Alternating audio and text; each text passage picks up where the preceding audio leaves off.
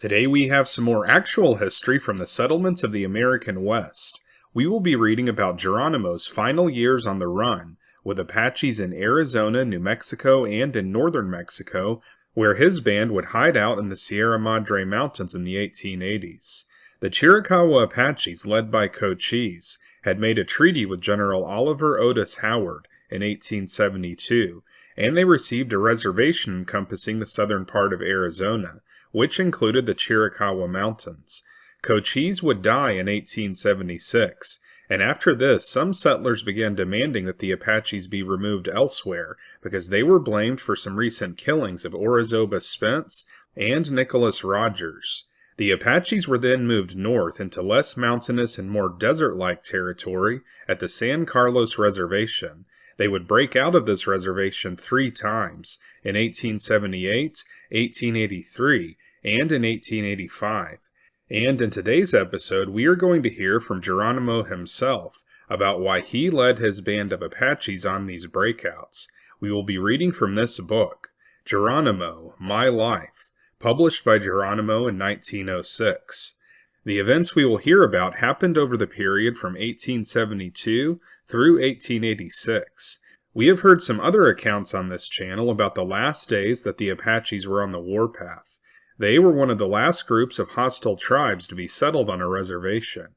Here is the story told from Geronimo's perspective. For a long time we had no trouble with anyone. It was more than a year after I had been made tribal chief that United States troops surprised and attacked our camp. They killed 7 children, 5 women, and 4 warriors, captured all our supplies, blankets, horses, and clothing, and destroyed our teepees. We had nothing left. Winter was beginning, and it was the coldest winter I ever knew. After the soldiers withdrew, I took 3 warriors and trailed them. Their trail led back towards San Carlos. While returning from trailing the government troops, we saw 2 men, a Mexican and a white man, and shot them off their horses. With these 2 horses we returned and moved our camp. My people were suffering much, and it was deemed advisable to go where we could get more provisions. Game was scarce in our range then, and since I had been tribal chief, I had not asked for rations from the government, nor did I care to do so, but we did not wish to starve. We had heard that Chief Victoria of the Chihenne Apaches was holding a council with the white men near Hot Springs in New Mexico, and that he had plenty of provisions. We had always been on friendly terms with his tribe, and Victoria was especially kind to my people. With the help of the 2 horses we had captured to carry our sick with us, we went to Hot Springs. We easily found Victoria and his band, and they gave us supplies for the winter. We stayed with them for about a year, and during this stay we had perfect peace. We had not the least trouble with Mexicans, white men, or Indians. When we had stayed as long as we should, and had again accumulated some supplies, we decided to leave Victoria's band. When I told him that we were going to leave, he said that we should have a feast and dance before we separated. The festivities were held about 2 miles above Hot Springs and lasted for 4 days. There were about 400 Indians at this celebration. I do not think we ever spent a more pleasant time than upon this occasion. No one has ever treated our tribe more kindly than Victoria and his band. We are still proud to say that he and his people were our friends. When I went to Apache Pass, Fort Bowie, I found General Howard in command, and made a treaty with him. This treaty lasted until long after General Howard had left our country. He always kept his word with us, and treated us as brothers. We never had so good a friend among the United States officers as General Howard. We could have lived forever at peace with him. If there is any pure, honest white man in the United States Army, that man is General Howard. All of the Indians respect him, and even to this day frequently talk of the happy times when General Howard was in command of our post. After he went away, he placed an agent at Apache Pass, who issued to us from the government clothing, rations, and supplies, as General Howard directed. When beef was issued to the Indians, I got 12 steers for my tribe, and Cochise got 12 steers for his tribe. Rations were issued about once a month, but if we ran out, we only had to ask and we were supplied. Now, as prisoners of war in this reservation, we do not get such good rations. Out on the prairie, away from Apache Pass, a man kept a store and a saloon. Sometime after General Howard went away, a band of outlawed Indians killed this man and took away many of the supplies from his store. On the very next day after this, some Indians at the post were drunk on tiswin, which they had made from corn. They fought among themselves, and 4 of them were killed. There had been quarrels and feuds among them for some time, and after this trouble we deemed it impossible to keep the different bands together in peace. Therefore we separated, each leader taking his own band. Some of them went to San Carlos and some to Old Mexico, but I took my tribe back to Hot Springs and rejoined Victoria's band. Soon after we arrived in New Mexico, 2 companies of scouts were sent from San Carlos. When they came to Hot Springs, they sent word for me and Victoria to come to town. The messengers did not say what they wanted with us, but as they seemed friendly, we thought they wanted a council, and rode in to meet the officers. As soon as we arrived in town, soldiers met us, disarmed us, and took us both to headquarters, where we were tried by court-martial. They asked us only a few questions, and then Victoria was released, and I was sentenced to the guardhouse. Scouts conducted me to the guardhouse and put me in chains. When I asked them why they did this, they said it was because I had left Apache Pass. I do not think that I ever belonged to those soldiers at Apache Pass, or that I should have asked them where I might go.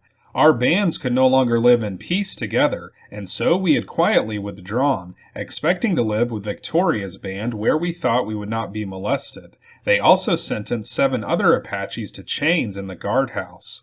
I do not know why this was done, for these Indians had simply followed me from Apache Pass to Hot Springs. If it was wrong, and I do not think it was wrong for us to go to Hot Springs, I alone was to blame. They asked the soldiers in charge why they were imprisoned and chained, but received no answer. I was kept a prisoner for 4 months, during which time I was transferred to San Carlos. Then I think I had another trial, although I was not present. In fact, I do not know that I had another trial, but I was told that I had, and at any rate I was released. After this we had no more trouble with the soldiers, but I never felt at ease any longer at the post. We were allowed to live above San Carlos at a place now called Geronimo. A man whom the Indians called Nit Go Lee was agent at this place. All went well here for a period of 2 years, but we were not satisfied. In the summer of 1883, a rumor was current that the officers were again planning to imprison our leaders. This rumor served to revive the memory of all our past wrongs: the massacre in the tent at Apache Pass, the fate of Mangus, Colorado, and my own unjust imprisonment, which might easily have been death to me. Just at this time, we were told that the officers wanted to come up the river above Geronimo to a fort called Fort Thomas to hold a council with them. We did not believe that any good could come of this conference, or that there was any need of it, so we held a council ourselves, and fearing treachery, decided to leave the reservation. We thought it more manly to die on the warpath than to be killed in prison. There were in all about 250 Indians, chiefly the Badon-Cohi and Nedni Apaches, led by myself and Woa. We went through Apache Pass and just west of there had a fight with the United States troops. In this battle we killed 3 soldiers and lost none. We went on toward Old Mexico, but on the second day after this, the United States soldiers overtook us about 3 o'clock in the afternoon, and we fought until dark. The ground where we were attacked was very rough, which was to our advantage, for the troops were compelled to dismount in order to fight us. I do not know how many soldiers we killed, but we lost only 1 warrior and 3 children. We had plenty of guns and ammunition at this time. Many of the guns and much ammunition we had accumulated while living in the reservation, and the remainder we had obtained from the White Mountain Apaches when we left the reservation. Troops did not follow us any longer, so we went south almost to Casa Grande, and camped in the Sierra de Saharipa Mountains. We ranged in the mountains of Old Mexico for about a year, then returned to San Carlos, taking with us a herd of cattle and horses. Soon after we arrived at San Carlos, the officer in charge, General Crook, took the horses and cattle away from us. I told him these were not white men's cattle, but belonged to us, for we had taken them from the Mexicans during our wars. I also told him that we did not intend to kill these animals, but that we wished to keep them and raise stock on our range. He would not listen to me, but took the stock. I went up to Fort Apache, and General Crook ordered officers, soldiers, and scouts to see that I was arrested. If I offered resistance, they were instructed to kill me. This information was brought to me by the Indians. When I learned of this proposed action, I left for Old Mexico, and about 400 Indians went with me. They were Badonkohe, Chokanen, and Nedni Apaches. At this time, Woa was dead, and Naiche was the only chief with me. We went south into Sonora and camped in the mountains. Troops followed us but did not attack us until we were camped in the mountains west of Casa Grande. One boy was killed, and nearly all of our women and children were captured. After this battle, we went south of Casa Grande and made camp, but within a few days this camp was attacked by Mexican soldiers. We skirmished with them all day, killing a few Mexicans but sustaining no loss ourselves. That night we went east into the foothills of the Sierra Madre Mountains and made another camp. Mexican troops trailed us and after a few days attacked our camp again. This time the Mexicans had a very large army, and we avoided a general engagement. It is senseless to fight when you cannot hope to win. That night we held a council of war. Our scouts had reported bands of United States and Mexican troops at many points in the mountains.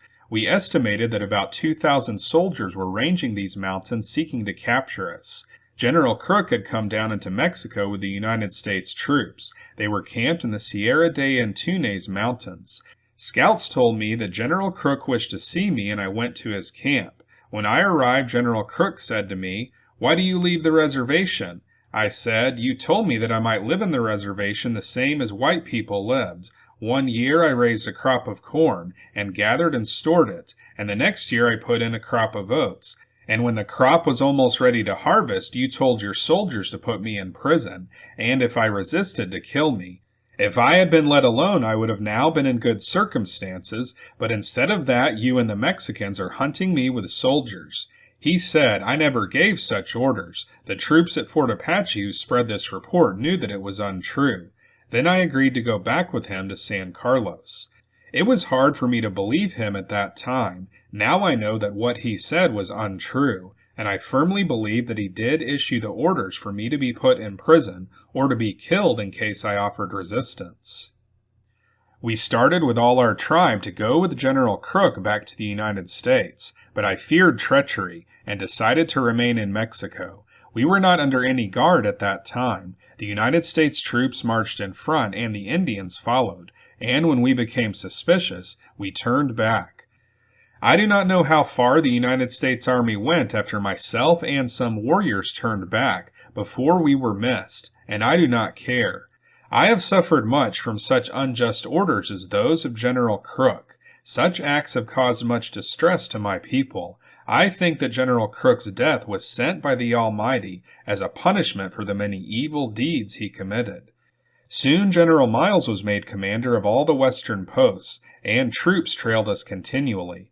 They were led by Captain Lawton, who had good scouts. The Mexican soldiers also became more active and more numerous. We had skirmishes almost every day, and so we finally decided to break up into small bands. With 6 men and 4 women, I made for the range of mountains near Hot Springs, New Mexico. We passed many cattle ranches but had no trouble with the cowboys. We killed cattle to eat whenever we were in need of food, but we frequently suffered greatly for water. At one time we had no water for 2 days and nights, and our horses almost died from thirst. We ranged in the mountains of New Mexico for some time. Then, thinking that perhaps the troops had left Mexico, we returned. On our return through Old Mexico, we attacked every Mexican found, even if for no other reason than to kill. We believe they had asked the United States troops to come down to Mexico to fight us.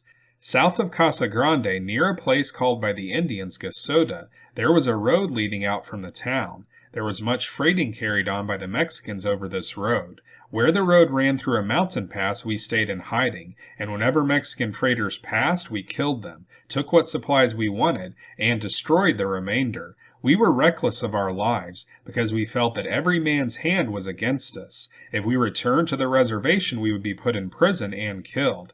If we stayed in Mexico, they would continue to send soldiers to fight us. So we gave no quarter to anyone and asked no favors. After some time, we left Gasoda and soon were reunited with our tribe in the Sierra de Antunes mountains. Contrary to our expectations, the United States soldiers had not left the mountains in Mexico, and were soon trailing us and skirmishing with us almost every day. 4 or 5 times they surprised our camp. One time they surprised us about 9 o'clock in the morning, and captured all our horses, 19 in number, and secured our store of dried meats. We also lost 3 Indians in this encounter. About the middle of the afternoon of the same day, we attacked them from the rear as they were passing through a prairie, killed 1 soldier but lost none ourselves. In this skirmish we recovered all our horses except 3 that belonged to me. The 3 horses that we did not recover were the best riding horses that we had. Soon after this, we made a treaty with the Mexican troops. They told us that the United States troops were the real cause of these wars, and agreed not to fight any more with us provided that we would return to the United States. This we agreed to do, and resumed our march, expecting to try to make a treaty with the United States soldiers and return to Arizona. There seemed to be no other course to pursue. Soon after this, scouts from Captain Lawton's troops told us that he wished to make a treaty with us, but I knew that General Miles was the chief of the American troops, and I decided to treat with him.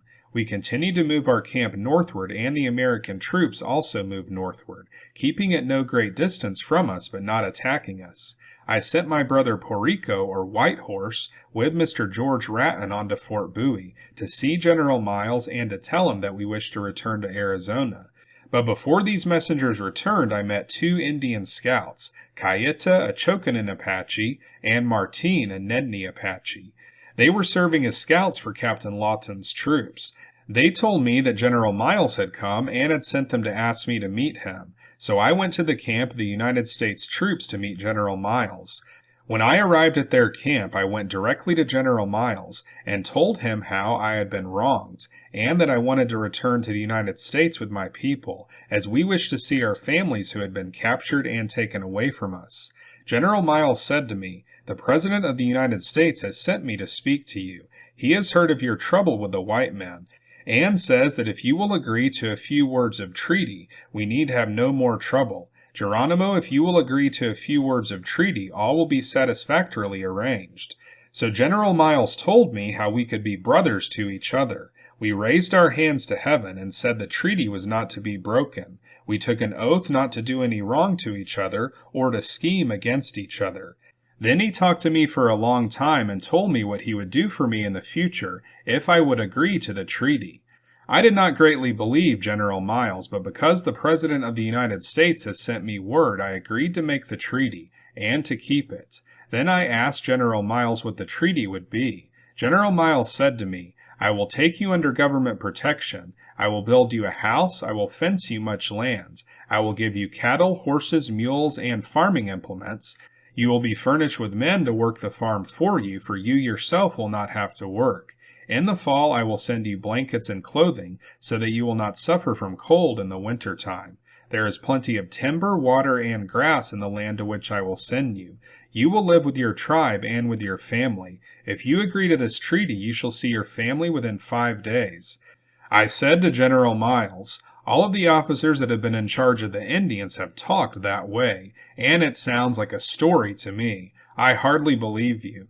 He said, "This time it is the truth." I said, "General Miles, I do not know the laws of the white man, nor of this new country where you are to send me, and I might break their laws." He said, "While I live, you will not be arrested." Then I agreed to make the treaty. Since then I have been a prisoner of war. I have been arrested and placed in the guardhouse twice for drinking whiskey. We stood between his troopers and my warriors. We placed a large stone on the blanket before us. Our treaty was made by this stone, as it was to the last until the stone should crumble to dust. So we made the treaty, and bound each other with an oath.